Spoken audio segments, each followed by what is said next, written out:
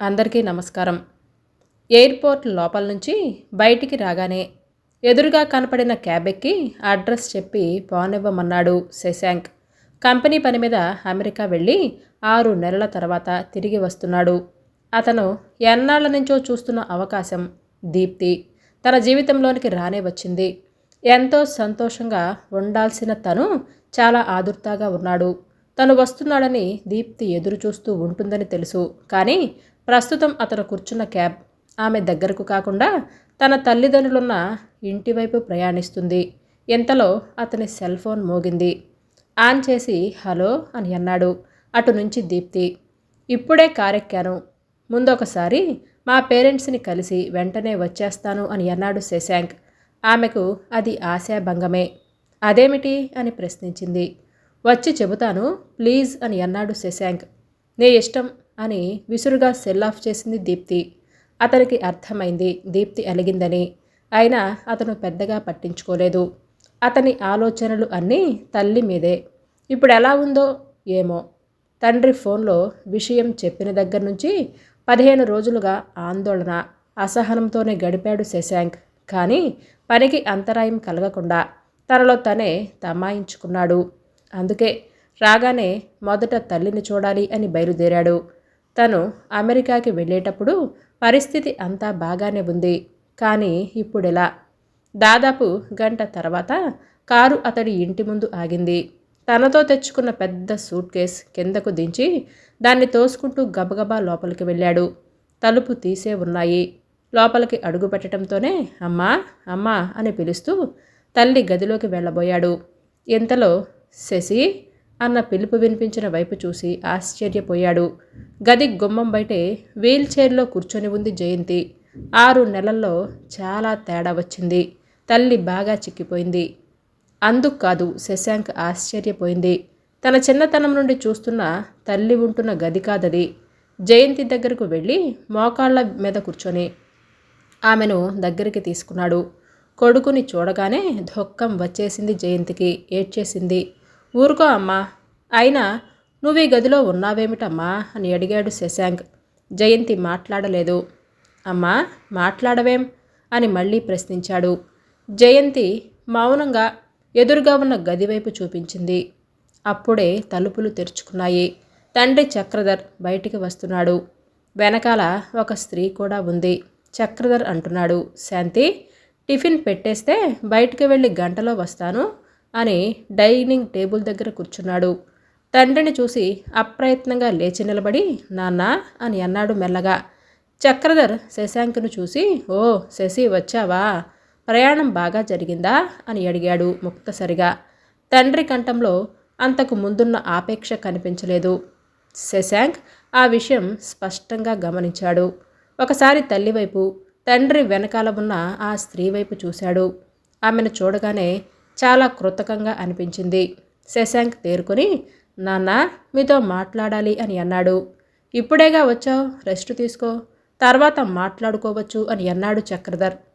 కాదు, ఇప్పుడే మాట్లాడాలి. అందుకే ఎయిర్పోర్ట్ నుంచి నా అపార్ట్మెంట్కి వెళ్లకుండా తిన్నగా ఇక్కడికే మీ దగ్గరికే వచ్చాను అని స్థిరంగా అన్నాడు శశాంక్. ఒక నిమిషం ఆలోచించి తల పంకించి అన్నాడు చక్రధర్. శాంతి నువ్వు కాసేపు మీ అమ్మ వాళ్ళ ఇంటికి వెళ్ళిరా అని అన్నాడు. శాంతి బయటకు వెళ్ళిపోయింది. వెళుతున్న ఆమె వైపు చూశాడు శశాంక్. ఆమెకు సుమారు 40 ఏళ్లుంటాయి.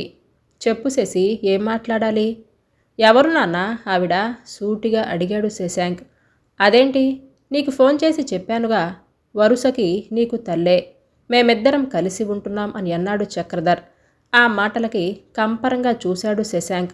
మరి అమ్మా అని అడిగాడు. చక్రధర్ ఈసారి స్వరం పెంచాడు. నేనేది దాచుకోలేదు, అన్నీ నీకు చెప్పేశాను. మళ్ళీ ఎందుకు కొత్తగా అడుగుతావు? చెప్పారు కానీ సరిగ్గా అర్థం చేసుకోలేదంటావు. అయితే విను, మళ్ళీ చెప్తాను. మీ అమ్మకి ఆరోగ్యం సరిగ్గా లేదు. పూర్తిగా మంచం మీద పడుంది. చేసినన్నాళ్ళు నేనెంతో చేశాను, కష్టపడ్డాను. మరి నాకు రిలాక్సేషన్ కావాలి కదా. అదిక మీ అమ్మ దగ్గర దొరకదని అర్థమైంది. అందుకే నాకు నచ్చిన అమ్మాయితో ఉంటున్నాను అని అన్నాడు చక్రధర్. తండ్రి మీద పేకల దాకా కోపం వచ్చింది శశాంక్కి. తమాయించుకున్నాడు. అంటే అమ్మకి అన్యాయం చేస్తావా? ఆవేశంతో ఊగిపోతున్నాడు శశాంక్. కొడుకు వైపు వింతగా చూశాడు చక్రధర్. నేనేమి మీ అమ్మకి అన్యాయం చేయలేదు. ఏ లోటు రాకుండా చూసుకుంటున్నాను. ఏం జయంతి, నేను సరిగ్గా చూసుకోవట్లేదా? చెప్పు నీ కొడుక్కి అని అన్నాడు చక్రధర్. జయంతి గాజు కళ్ళతో బేలగా చూసింది భర్త వైపు. అమ్మేం చెప్తుంది నాన్న? మీరు చేసిన పనికి ఎప్పుడూ ఆమె మోగదైపోయి ఉంటుంది అని అన్నాడు శశాంక్. పోనీ నువ్విప్పుడు వచ్చావు కదా, నీదో తీసుకెళ్ళు అని అన్నాడు తండ్రి. అంతలో శశాంక్ సెల్ ఫోన్ మోగింది. 2 రింగులు కాగానే కట్ చేశాడు. అతను అలా చేస్తున్న కొద్దీ అవతల నుంచి వదలకుండా ఫోన్ కాల్ చేస్తూనే ఉన్నారు. ఎవరో. శశాంక్లో అసహనం పెరిగిపోయింది. తల్లితో అన్నాడు, అమ్మా నాతో వచ్చేయ్ అని. నేను రాను. నేనంటూ గడప దాటితే అది నా ప్రాణం పోయిన తర్వాతే జరగాలి. వెంటనే సమాధానం చెప్పింది జయంతి. శశాంక్కి ఏం చెయ్యాలో ఎలా స్పందించాలో కూడా అర్థం కావట్లేదు. ఈలోపు విరామం లేకుండా అతడి ఫోన్ మోగుతూనే ఉంది. నిస్సహాయంగా చూస్తున్నాడు. చాలా రోజుల తర్వాత వచ్చావు. ఈ విషయం తర్వాత మాట్లాడుకోవచ్చు. నీకు తెగ కాల్స్ వస్తున్నాయి కదా, దీప్త్ అనుకుంటా. ముందు వెళ్ళి ఆ అమ్మాయికి కనపడు అని అన్నాడు తండ్రి. శశాంక్ కూడా బాగా అలసిపోయాడు. ఇక తండ్రిని రెట్టించలేదు. అమ్మా మళ్ళీ రేపు వస్తాను అని బ్యాగ్ తీసుకుని బయటకు వెళ్ళిపోయాడు. శశాంక్ ఫ్లాట్లోకి ఇంకా పూర్తిగా అడుగుపెట్టకముందే దీప్తి ఉక్రోషంగా, నేను ఎయిర్పోర్ట్కి వస్తాను అన్నా నన్ను రావద్దు అన్నది ఇందుకేనా? ముందు మీ వాళ్ళని చూడటానికి వెళ్ళటం కోసమేగా అని నిలదీసింది. శశాంక్ నీరసంగా సోఫాలో కూలబడి, చెప్పానుగా చాలా ముఖ్యమైన విషయమని. వెళ్ళిన పని పూర్తి కాకుండానే నేను తిరిగి వచ్చేశాను. అయినా అన్నిసార్లు ఫోన్లు చేస్తావేమిటి?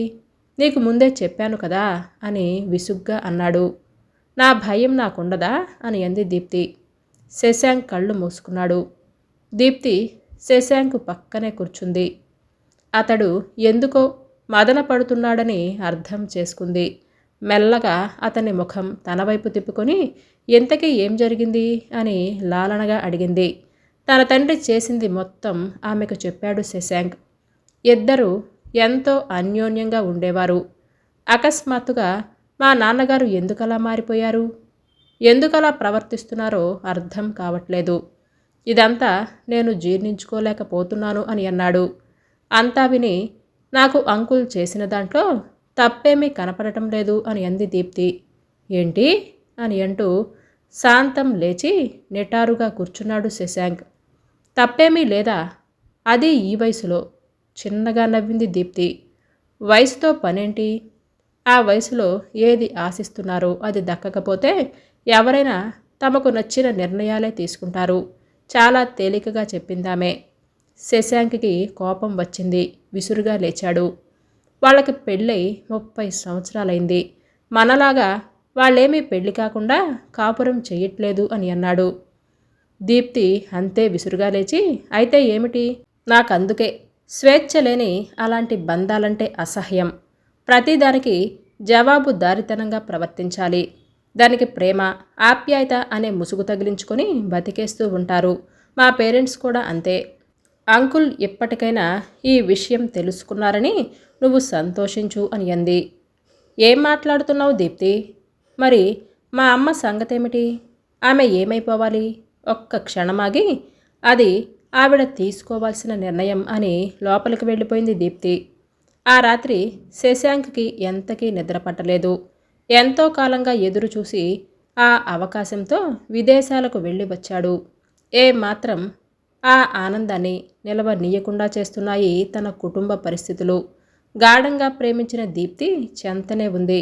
అయినా ఎటువంటి ప్రశాంతత లేదు. తన తల్లికి జరిగిన అన్యాయమే అతడి మనసును తొలిచేస్తుంది. తండ్రి మీద ఎనలేని కోపం, అసహ్యం ఏర్పడ్డాయి. ఈ 6 నెలల్లో తండ్రిలో ఎంత మార్పు! ఇంకా ఆ విషయం గురించే ఆలోచిస్తున్నావా? అతని గుండెల మీద చెయ్యి వేసి అడిగింది దీప్తి. ఆమె చేతి మీద చెయ్యి వేసి, ఈ విషయాన్ని నువ్వు చెప్పినంత తేలికగా తీసుకోలేకపోతున్నాను. టైం పడుతుందేమో అన్నీ మర్చిపోవటానికి. నేనున్నానుగా అని అంటూ ఆమె తన ముఖంతో అతడి ముఖాన్ని కప్పేసింది. ఊపిరి ఆడలేదు. అయినా బావుంది. అతని చేతులు మెల్లగా ఆమెను చుట్టేశాయి. ఆమె మరింత దగ్గరగా అతడికి హత్తుకుపోయింది. క్రమేపీ శశాంక్ మనసులో ఉన్న అలజడి అతని మస్తిష్కంలో నుంచి జారిపోతుంది. మనసులో వేదన ఉన్నప్పుడు కౌగిలింతలతో సేద తీరుతున్నాడు. ముందు శరీరం, తర్వాత మనస్సు రిలాక్స్ అయిపోతున్నాయి. ఏదో ఆలోచన వచ్చి ఉన్నట్లుండి ఏదో గుర్తుకొచ్చిన వాడిలా పక్కకు తిరిగి సరిగ్గా కూర్చుంది దీప్తి. ఏమైంది అని అన్నాడు శశాంక్. మనమంటే ఇద్దరం ఒకరికొకరం పూర్తిగా ఇష్టపడ్డాం కాబట్టి ఇలా సంతోషంగా ఉంటున్నాం. కానీ మరి ఆంటీ ఉండగా అంకుల్ వేరే ఆమెతో ఎలా రిలేషన్ పెట్టుకుంటారు అని అంది సాలోచనగా. శశాంక్ కూడా అదే విషయం ఆలోచిస్తున్నాడు. నిజమే కదా అని అనుకున్నాడు. మర్నాడు పొద్దున్నే తల్లిదండ్రుల దగ్గరకు బయలుదేరాడు. తన అపార్ట్మెంట్ నుంచి తల్లిదండ్రులు ఉంటున్న ఇల్లు 25 కిలోమీటర్ల దూరం ఉంటుంది. కాసేపటికి ఇంటి ముందు కారాపి విసవిస లోపలికి నడుచుకుంటూ వెళ్ళి అమ్మా అమ్మా అని పిలిచాడు. జయంతి వీల్చైర్ తోసుకుంటూ హాల్లోకి వచ్చింది. తల్లిని చూడగానే నాతో పాటు వచ్చేయమ్మా, వెళ్ళిపోదాం అని అన్నాడు. అతని గొంతు విని లోపల నుంచి చక్రధర్, కిచెన్లో నుంచి శాంతి బయటకొచ్చారు. శాంతిని చూడగానే యావగింపుగా ముఖం పెట్టాడు శశాంక్. రారా, టిఫిన్ చేద్దువు గాని, శాంతి అద్భుతంగా చేస్తుంది అని అన్నాడు చక్రధర్. తండ్రి వంక చిరాగ్గా చూసి అమ్మనొకసారి బయటకు తీసుకుని వెళ్ళటానికి వచ్చాను అని అన్నాడు. చక్రధర్ ఒకసారి జయంతి వైపు చూసి, అయితే నీతో పాటు మీ అమ్మని తీసుకొని వెళదామని నిర్ణయించుకున్నావన్నమాట అని అన్నాడు. నేను తీసుకెళ్లేది అమ్మకు న్యాయం జరగటం కోసం. అంటే అని అడిగాడు చక్రధర్. భార్య ఉండగా ఇలాంటి సంబంధాలు పనికిరావని పోలీస్ రిపోర్ట్ ఇవ్వటానికి. జయంతి విస్మయంగా కొడుకుని చూస్తూ మతుండే మాట్లాడుతున్నావా శశాంక్ అని అంది మందలింపుగా. మతిపోయింది నాకు కాదమ్మా, ఆయనకి. నువ్వేమీ భయపడకు, నేనున్నాను అని అన్నాడు శశాంక్. పెద్దగా నవ్వాడు చక్రధర్. తండ్రి నవ్వులో ఎన్నో అర్థాలు కనిపిస్తున్నాయి. శశాంక్ తండ్రి వైపు అయోమయంగా చూశాడు. చక్రధర్ లోపలికి వెళ్ళి ఒక కవర్ తీసుకొచ్చి శశాంక్ చేతిలో పెట్టాడు. ఏమిటి అది అని అన్నట్లుగా కవర్ వైపు తండ్రి వైపు చూశాడు. తీసి చూడు, మీ అమ్మకు నాకు విడాకులు మంజూరైన కాగితాలవి నింపాదిగా చెప్పాడు చక్రధర్. ఒక్కసారిగా జయంతి శశాంక్ కొయ్యబారిపోయారు. నెల క్రితమే మంజూరై వచ్చిన కాగితాలవి. ఆ కాగితాలు నా చేతికి అందిన వెంటనే నీకు ఫోన్ చేశాను. నిశ్చేష్టురాలై జయంతి చక్రధర్నే చూస్తుంది. ఏంటి ఇదంతా? నాకు తెలియకుండా, నా ప్రమేయం లేకుండా విడాకులు ఎలా వస్తాయి? ఆమెకు దిమ్మ తిరిగిపోతుంది. సారీ జయంతి, నా మీద నమ్మకంతో నేను చెప్పిన చోటల్లా నువ్వు సంతకాలు చేసేశావు. విడాకులు అని చెబితే నువ్వు ఒప్పుకోవని నాకు తెలుసు. అందుకే. శశాంక్ ముఖంలో నెత్తురు చుక్కలేదు. తన ఆరోగ్య పరిస్థితి ఏమాత్రం సహకరించని కారణంగా తన భర్త ద్వితీయ వివాహం చేసుకోవటానికి తనకు అభ్యంతరం లేదంటూ రాసిచ్చిన పత్రాలవి. వాటిని శాంతం నువ్వు చదువుతావా, నేనే చదివి వినిపించమంటావా అని అన్నాడు చక్రధర్. ఏమీ మాట్లాడలేకపోయాడు శశాంక్. మొత్తం అదంతా చదివాడు.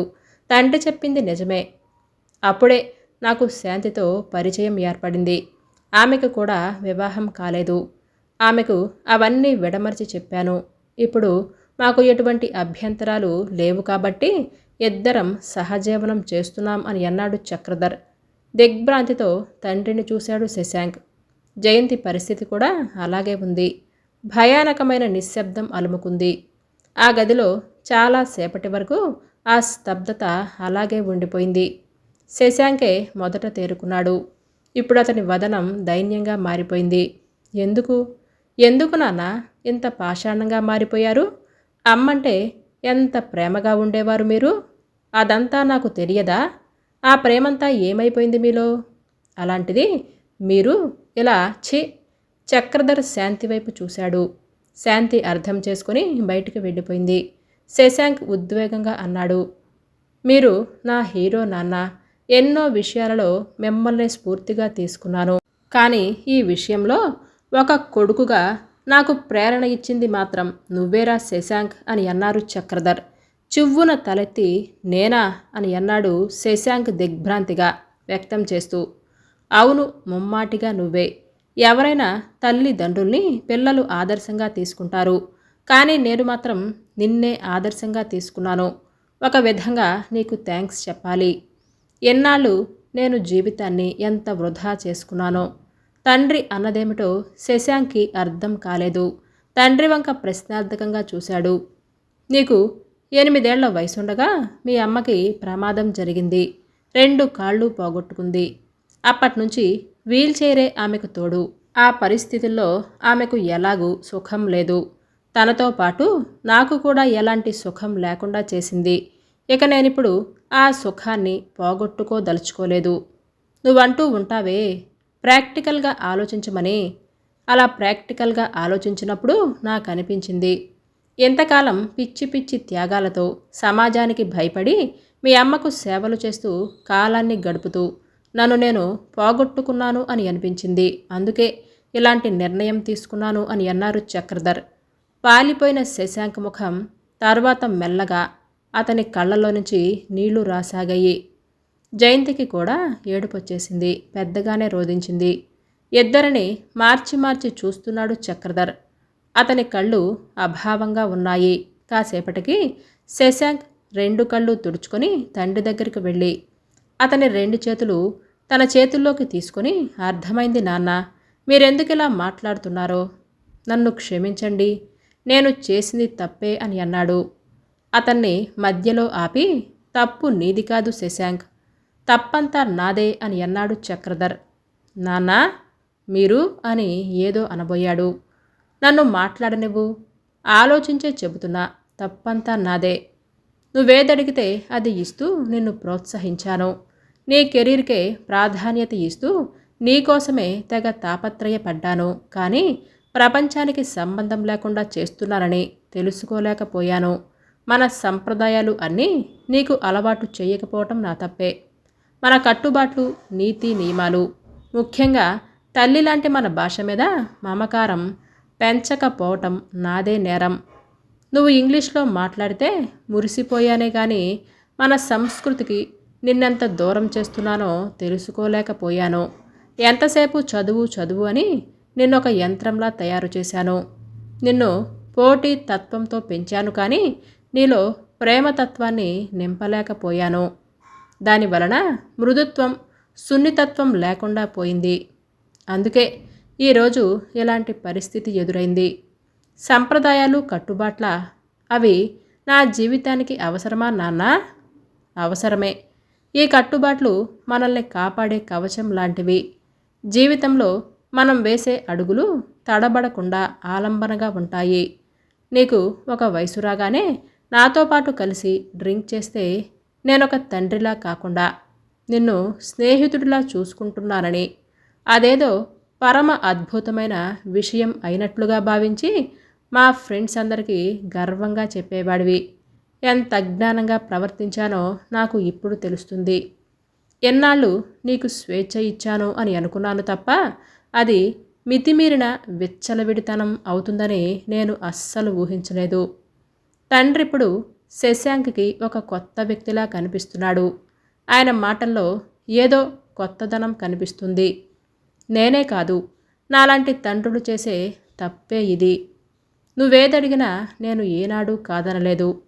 చివరికి నువ్వు పనిచేస్తున్న కంపెనీ నుంచి ఇంటికి రావడానికి ట్రాఫిక్లో నువ్వు రోజూ ఇబ్బంది పడుతున్నావని, ఆ దగ్గరలోనే అపార్ట్మెంట్లో ఉంటానంటే నిన్ను నేను కాదనలేదు.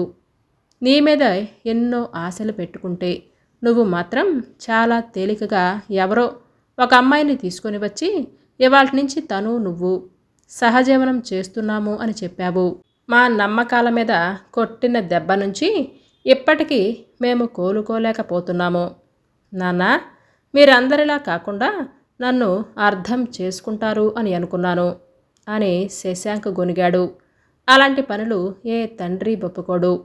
మిమ్మల్ని పోగొట్టుకోలేక ఏదో సర్దుకుపోతున్నాం. తర్వాత మెల్లగా అలాంటి వాటికి అలవాటు పడిపోతున్నాం. ఆ అలవాటుకి ప్రాక్టికాలిటీ అన్న పదం అడ్డు పెట్టుకొని ఆత్మవంచనతో బతికేస్తున్నాం. తండ్రి మాటలకు మ్రాన్పడిపోయి చూస్తూ ఉన్నాడు శశాంక్. చాలామంది అని అంటూ ఉంటారు, పిల్లల్ని ప్రేమించటమే కానీ వాళ్ళ నుంచి ఏమీ ఆశించకూడదని. అలా ఆశించకూడదు అంటే ఈ ఆపేక్షలు అనుబంధాలు ఎందుకు? అసలు పిల్లల్ని కనటమెందుకు? ఆశిస్తే మిమ్మల్ని మా పెద్దరికం అనే చట్రంలో బిగిస్తున్నాము అని అనుకుంటున్నారు, ఆవేశంగా అన్నాడు చక్రధర్. నాన్నా ప్లీజ్ అని అభ్యర్థనగా అన్నాడు శశాంక్. మన దేశం సర్వమతాల సమాహారం. ఏ మతంలోనైనా చూడు, విధానాలు వేరైనా వివాహం అనే సంప్రదాయం ఉంటుంది. మరి కొత్త పద్ధతిని ఎక్కడి నుంచి దిగుమతి చేసుకుంటున్నారు? ముందు తరాలకి మీరు ఏం చెబుదామనుకుంటున్నారు? అలా అంటారేంటి నాన్న? కాలం మారుతూ ఉంటుంది. మీ పూర్వీకుల కాలంలో ఉండే కట్టుబాట్లు ఇప్పుడు మారలేదా? మారింది. ఒకప్పుడు సతీ సహగమనం ఉండేది. తర్వాత కాలంలో వితంతువులకు పునర్వివాహం జరిగేది. అవన్నీ ఇప్పుడు మారిపోయాయి. ఆ మార్పులు మంచి కోసమే, ఒక జీవితాన్ని నిలబెట్టడం కోసమే వచ్చాయి. ఇప్పుడు మీరు చేసే మార్పులో మంచేముంది? ఎవరి జీవితాన్ని ఉద్ధరించటానికి? ఎవరినో చూసి మీరు ప్రభావితం అయ్యారు. మీ ప్రభావం సమాజం మీద ఎలా ఉంటుందో ఆలోచించటానికే భయం వేస్తుంది అని అన్నాడు చక్రధర్.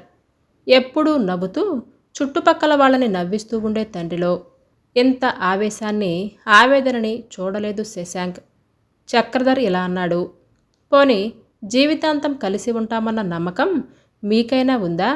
పోనీ కలిసి ఉందామని మీరు పెట్టుకున్న ఆ షరతు మీ మధ్య ప్రేమ జీవితాంతం కొనసాగటానికి దోహదపడుతుందా? అది విడిపోవటానికే అనుగుణంగా ఉంది. మీ ప్రేమలో నిబద్ధత ఎక్కడుంది? సర్దుబాటు ధోరణి కూడా లేదు. ఇష్టం ఉన్నన్నాళ్ళు కలిసి ఉండటం, ఏ మాత్రం చిన్నపాటి మనస్పర్ధలొచ్చినా విచక్షణ లేకుండా విడిపోవటం. మీరు విడిపోయే పరిస్థితుల్లో మీకు పిల్లలు పుడితే ఆ పసివాళ్ల జీవితాలు ఏమవుతాయి? ఆ విషయం ఆలోచించారా? ఈసారి నోరు విప్పాడు శశాంక్. పెళ్లి చేసుకున్న వాళ్ళంతా సుఖంగా ఉంటున్నారా నాన్న? విడాకుల సంఖ్య రోజురోజుకి ఎలా పెరుగుతున్నాయో మీకు తెలియదా? అదే చెప్పేది. సనాతన ధర్మాలు, వివాహ వ్యవస్థకున్న విలువ తెలియకపోవటం. మమకారాలతో కాకుండా అహంకారాలతో సంసారాలు చేస్తే ఇలాంటి ప్రమాదాలే ఎప్పుడూ జరుగుతూ ఉంటాయి. సంప్రదాయాలు మనల్ని మానసికంగా సంస్కరిస్తాయి. మంచి చెడు తెలుస్తుంది. లేకపోతే మనకేది తోస్తే అదే చేసేయటం, ఏదనిపిస్తే అది మాట్లాడేయటం లాంటి విచక్షణ లేని సంస్కారాలు పెరుగుతాయి. ఇలా ప్రవర్తించుకుంటూ పోతే ఇప్పుడు బాగానే ఉంటుంది. కానీ కొన్నేళ్ల తర్వాత వెనక్కి తిరిగి చూసుకుంటే నువ్వు తప్ప నీకు ఎవ్వరూ ఉండరు, కన్న వాళ్లతో సహా అని చక్రధర్ చెప్పే మాటలు శశాంక్లో బలంగా నాటుకుంటున్నాయి. ఇప్పటి రోజుల్లో త్వరగానే మీ కాళ్ల మీద నిలబడుతున్నారు. ఆర్థికంగా బాగా ఎదుగుతున్నారు. సంతోషమే. మీ స్థాయి పెరుగుతుంది. సంస్కార స్థాయి మాత్రం తగ్గిపోతుందని తెలుసుకోవట్లేదు. తరానికి చాలా మార్పులు జరుగుతున్నాయి. మంచిదే. కానీ ఎంత మారినా అవి బంధాలను మలినం చేసే విధంగా ఉండకూడదు. నాకు తెలిసి దీప్తి తల్లిదండ్రులు కూడా నాలాగే బాధపడుతుంటారు. మీరు మనస్ఫూర్తిగా ఇష్టపడితే ఎవరూ కాదనరు. కానీ ఇదేం పద్ధతి? మీ అభివృద్ధితో పాటు తరతరాల నుంచి వస్తున్న విలువల్ని మీరే కాపాడాలి. భవిష్యత్తుకు మీరు అందించాల్సినవి ఈ విలువలే కదా. ఇదే మీ నిజమైన అభివృద్ధి. అది మీ నుంచి మేం ఆశించేది. నేను చెప్పాల్సింది చెప్పాను. మీరు చేసేది చట్టపరంగా మీకు తప్పు కాకపోవచ్చు. ధర్మపరంగా ఎవ్వరూ హర్షించరు. 10 నిమిషాలు నా పక్కన పరాయి స్త్రీని చూడటానికే నువ్వు భరించలేకపోయావు. అలాంటిది ఒక అమ్మాయితో పేరులేని సంబంధం పెట్టుకుని కలిసి ఉంటామని మీరంటే మేమేమనుకోవాలి? తండ్రి మాటలు అతనిలో మార్పు వచ్చిందని అతని ముఖమే చెబుతుంది. తనెంత స్వార్థంగా, అల్పంగా ఆలోచిస్తున్నాడో అర్థమై సిగ్గుతో జేరబోయిన గొంతుతో అన్నాడు, సారీ నాన్న, మిమ్మల్ని బాధ పెట్టినందుకు. ఈ 6 నెలలు మిమ్మల్ని ఎంతో క్షోభ పెట్టాను. వెళ్ళి దీప్తిని ఒప్పిస్తాను. ఒప్పించే తీసుకొస్తాను. నాతో సహజీవనం చేస్తున్న వ్యక్తిగా కాదు, నీకు కాబోయే కోడలిగా. పట్టరాని సంతోషంతో కొడుకును దగ్గరకు తీసుకున్నాడు చక్రధర్. శశాంక్ 2 అడుగులు వెనక్కి వేసి, నాన్నా మరి మరి జయంతి వైపు చూశాడు. నవ్వాడు చక్రధర్. నేను మీ అమ్మని భార్యలా కాదు, తల్లిలా చూసుకుంటున్నాను. అలాంటిది మీ అమ్మ పట్ల కర్కశంగా ఎలా ఉంటాననుకున్నావురా? నాకు ఓపిక తగ్గి మీ అమ్మ పనుల కోసం సహాయంగా ఏర్పాటు చేసిన మనిషే శాంతి. నా కోసం మీ అమ్మ అనుమతితోనే అలా నటించిందన్నాడు. అదే మాట జయంతి కూడా అంది. అవును శశి, మనిషి తనకి తగిన జోడుని తేలికగానే వెతుక్కుంటాడు. జోడితో పాటు జీవితాంతం తోడుగా కూడా ఉండాలి. మీ నాన్న నాకు అందమైన తోడు జోడు. అందుకే మా మధ్య మనస్పర్ధలు వచ్చినా పరస్పర అభిప్రాయాలను గౌరవించుకుంటూ సంతోషంగానే ఉన్నాం. ఈ బంధం ముందు ఎన్ని అవాంతరాలు వచ్చినా అవి చిన్నవిగానే కనపడతాయి. ఎందుకంటే మా ఇద్దరి శరీరాలు వేరైనా మనసులు ఒకటే, పాదాలు రెండే అని అంది. తేలికపడ్డ హృదయంతో తండ్రి పాదాలకి నమస్కరించి వెళ్ళిపోయాడు శశాంక్. అతను వెళ్ళిపోయిన తర్వాత జయంతితో అన్నాడు చక్రధర్. చూసావా, నీ కొడుకుని నీకు పదిలంగా అప్పగిస్తున్నాను. ఇప్పుడు నీకు సంతోషమేనా? జయంతి నవ్వింది.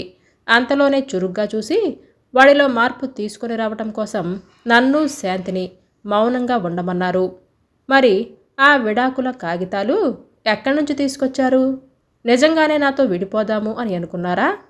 అమాయకంగా నిష్ఠూరంగా అడిగింది. పెద్దగా నవ్వాడు చక్రధర్. నువ్వు కన్న తల్లివి జయంతి. నాలా నటించటం నీకు చేత కాదు. వాడి కన్నీళ్లు చూడగానే అసలు విషయం చెప్పేస్తావేమోనని సహజత్వం కోసం వీటిని సృష్టించాను అని అన్నాడు. అంతే కదా? చక్రధర్ చేతిలో కాగితాలను చింపేస్తూ, ఏ కాగితాలు మనల్ని ఒకటి చేయలేదు, అలాగే ఏ కాగితాలు మనల్ని విడదీయలేవు అని అన్నాడు. జయంతి చక్రధర్ని దగ్గరకు రమ్మని అతని తల వంచి నుదుటి మీద ఆప్యాయంగా ముద్దు పెట్టి, మళ్ళీ మిమ్మల్ని పెళ్లి చేసుకోవాలని ఉందండి అని అంది. తప్పకుండా, వచ్చే నెలలోనే మన షష్ఠిపూర్తి మహోత్సవం. మర్చిపోయావా? అప్పుడు నీ కోరిక తప్పకుండా నెరవేరుతుంది అని అన్నాడు చక్రధర్. కథ పేరు తోడు జోడు. రచన కొమ్మూరి రవికిరణ్ గారు. ఈ కథ మీకు నచ్చిందా అండి? అయితే లైక్ చేయటం, సబ్స్క్రైబ్ చేయటం, షేర్ చేయటం మర్చిపోవద్దు. రేపు సరికొత్త వీడియోతో మళ్ళీ మీ ముందుకు వస్తాను. అంతవరకు బాయ్.